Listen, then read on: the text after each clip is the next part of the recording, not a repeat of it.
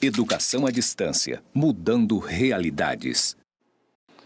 Olá, este é o curso superior de Tecnologia em Gestão Pública. Eu sou o professor Geraldo Cotinguiba e vou acompanhar vocês nesta nova unidade. Nesta unidade 3, vamos tratar sobre os fundamentos da sociologia. A nossa disciplina é Fundamentos das Ciências Sociais e Políticas. Vamos lá. Muito bem, nesta unidade 3, veremos a origem da palavra sociologia, o contexto histórico que trata da formação da sociologia, o fim do feudalismo e início do capitalismo, e o primeiro pensador que formulou a palavra e a proposta da sociologia, que é o Auguste Comte. Vamos lá? A origem da palavra sociologia. A palavra sociologia tem basicamente uma relação lá no latim e com o grego. Geralmente nós encontramos a palavra logia em diferentes áreas do conhecimento. Logia, que vem de logos, do grego, quer dizer estudo, discurso científico, discurso organizado sobre alguma coisa.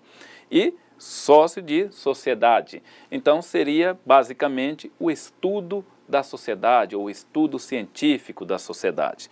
Mas não é apenas isso, nós precisamos entender um pouco melhor como surgiu, por que surgiu e como é que se desenvolveu a sociologia. Então nós vamos entrar neste campo para poder fazer essa investigação. Bom, o primeiro registro que nós temos da palavra sociologia data de 1835, na França. Como eu falei anteriormente, o pensador Auguste Comte, que é considerado o idealizador da sociologia, desenvolveu uma metodologia para tentar trabalhar um estudo sistemático sobre a sociedade. E o sentido empregado foi a ciência da sociedade. Vamos tentar entender um pouco melhor esse processo. Bom, o contexto histórico, para nós entendermos como surgiu a sociologia, é importante que nós entendamos por que a sociedade se transformou. Então nós já falamos aqui na área de ciência política, que ao longo da história nós tivemos um processo de transformação. Saíram os gregos, romanos da história, surgiu e desenvolveu-se o cristianismo. Falei sobre um determinado pensador chamado Maquiavel, que é a política depois dele e antes dele. E nesse processo de transformação, nós tínhamos na Europa o poder concentrado na nobreza, o chamado feudalismo, modo de produção. Podem pesquisar um pouco mais sobre o que é o feudalismo para poder entender. Mas o feudalismo, ao chegar no seu final, nós tínhamos ali ainda uma estrutura de sociedade baseada na hierarquia social. E tinha como princípio a origem, o nascimento dos indivíduos. Então, nasceu nobre, vai morrer nobre naquele contexto. Então, esse desenvolvimento social, naquele contexto, os indivíduos não tinham uma mudança de categoria dentro da sociedade. O indivíduo tinha o lugar assegurado, já era fixo dentro da sociedade. Mas ocorreu um processo de transformação. Eu falei para vocês, também numa outra aula, que lá na Inglaterra a burguesia assumiu o poder quando matou o rei, implementou o parlamentarismo, já estava em curso. Mas isso ficou mais radical quando ocorre na França, quando a burguesia tomando o poder também dentro da França, matando o rei, matando a rainha e parte da nobreza, tirando o poder tanto da igreja quanto da nobreza e assumindo para a construção de uma nova sociedade. Esse era um movimento chamado de iluminismo filosófico. O iluminismo tinha como princípio básico o questionamento de todas as coisas existentes, principalmente os valores sociais. Ou aquilo que não se justificava deveria ser eliminado, substituído, colocado outra coisa no lugar. Também nós temos um processo de transformação que estava em curso, que era a Revolução Industrial. A Revolução Industrial alterou o modo de produzir as coisas, alterou também as relações de trabalho. E junto desse processo, também a Revolução Industrial provocou um processo de urbanização. E ao fazer essa urbanização, a formação das cidades, dos grandes centros urbanos na Europa, naquele momento, nós temos um processo de migração, as pessoas deixando o campo, indo para as cidades, cada vez mais concentradas as pessoas nos centros urbanos. As fábricas começaram a nascer naquele princípio ali de 1700 até 1750, principalmente com as tecelagens, as fábricas de tecidos e outros processos ocorrendo no mesmo momento.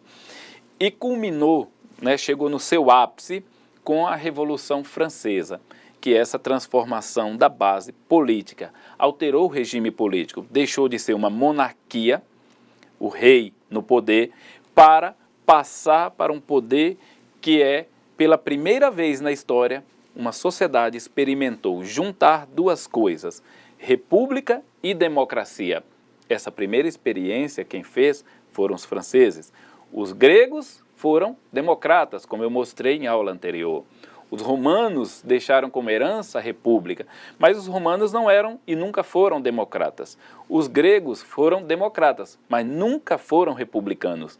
Os franceses, pela primeira vez, juntaram república e democracia, e a partir de então instauraram uma nova forma de governo na sociedade. Isso é no plano político.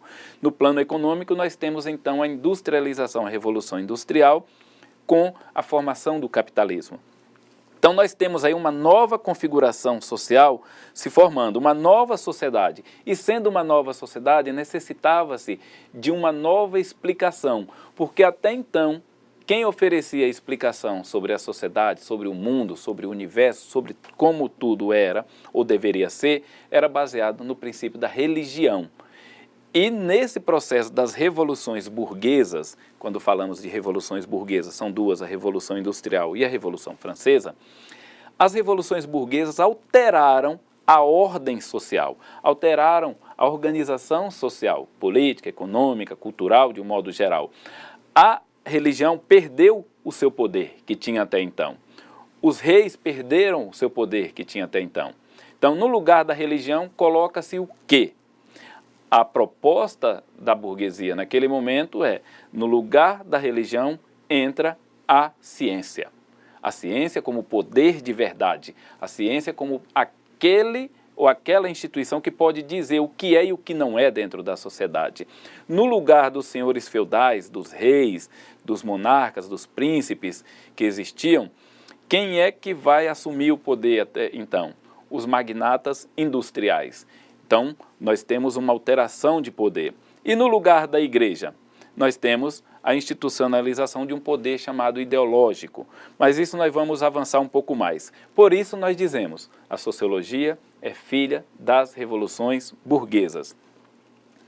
Então nós vamos tentar entender um pouco aqui sobre esse indivíduo. O Auguste Comte, que vai pensar essa transformação social, veja que ele está nascendo no final de 1700, e no comecinho de 1800 e vai morrer em 1857. Ele assiste a esse processo de transformação. Era um filósofo e dava aula de filosofia, de física na França, e ele foi durante algum tempo secretário desse sujeito chamado Saint-Simon. Saint-Simon era um pensador, um filósofo também, que pensou muitas coisas e dentre os seus pensamentos pensava a questão de uma ciência que fosse capaz de estudar a sociedade. O Comte criou o positivismo, que eu vou falar um pouco mais adiante aqui para vocês, tá? E a proposta sociológica do Comte, ela é conservadora, isto é, uma ciência que é intervencionista, pensa em fazer intervenções dentro da sociedade. A busca pelas leis que regem a sociedade, ele tinha esperança de encontrar essa lei que rege a sociedade. Então ele criou dois conceitos básicos, conceito de estática social e dinâmica social. Veja você que estática e dinâmica são conceitos da física e ele quer criar uma ciência nos moldes das ciências exatas ou biológicas, que fosse capaz de ter um método, capaz de estudar e explicar os fenômenos da sociedade igual a biologia estuda o fenômeno da vida, das células, por exemplo, ou a física, as leis da natureza. Vamos lá, este é o nosso interlocutor desta unidade, o Auguste Comte. E aqui eu vou avançar para a gente ver uma questão. O Comte estabeleceu que existia a lei dos 3 estados da humanidade, ou o estágio de desenvolvimento humano, que era medido em 3 fases. O estágio positivo, metafísico e teológico. Mas pensando ao contrário, de baixo para cima, nós temos o estágio teológico, que é a explicação que os indivíduos deram ao longo da história humana durante muito tempo, era uma explicação religiosa, dogmática. A explicação metafísica, baseada na filosofia, especulava, mas não apresentavam as provas materiais, as evidências científicas. E o Comte dizia, na nossa época, lá em 1800 mais ou menos, 1800 e pouco, chegamos ao estágio positivo, ao estágio das ciências. E essa explicação positiva, ou positivismo, era baseada em provas materiais, em evidências científicas que fossem capazes de serem contestadas por outros indivíduos. Então, essa época do poder científico, nós assistimos ainda hoje. Volto a falar aqui, por exemplo, da vacina contra o coronavírus. Tem que testar, tem que um grupo de cientistas dar o aval, dizer que está certo, tem que fazer testes e mais testes, tem que provar, tem que demonstrar materialmente que a vacina funciona. O Comte vai dizer que essa é a época que inicia-se o império da ciência. E veja que é uma perspectiva evolucionista, sai do menos para o maior. É uma perspectiva da noção de progresso. Aliás, se você conhece a frase que está na bandeira do Brasil, ordem e progresso, foi retirada da filosofia desse sujeito, desse indivíduo, Auguste Comte, que ele dizia que a sua filosofia positivista era baseada no amor por base, na ordem por princípio e o progresso por fim.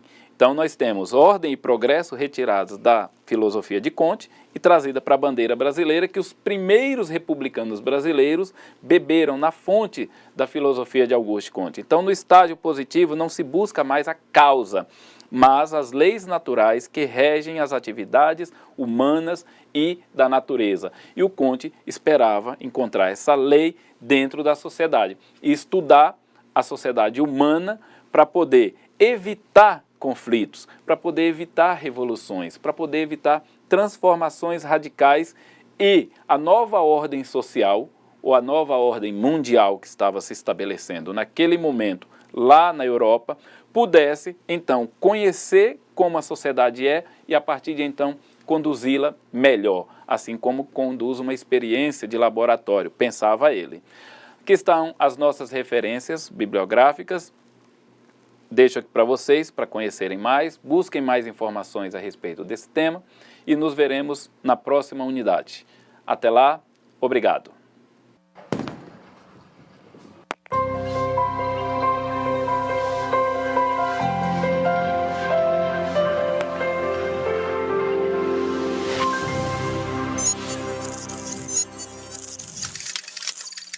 Educação à distância, mudando realidades.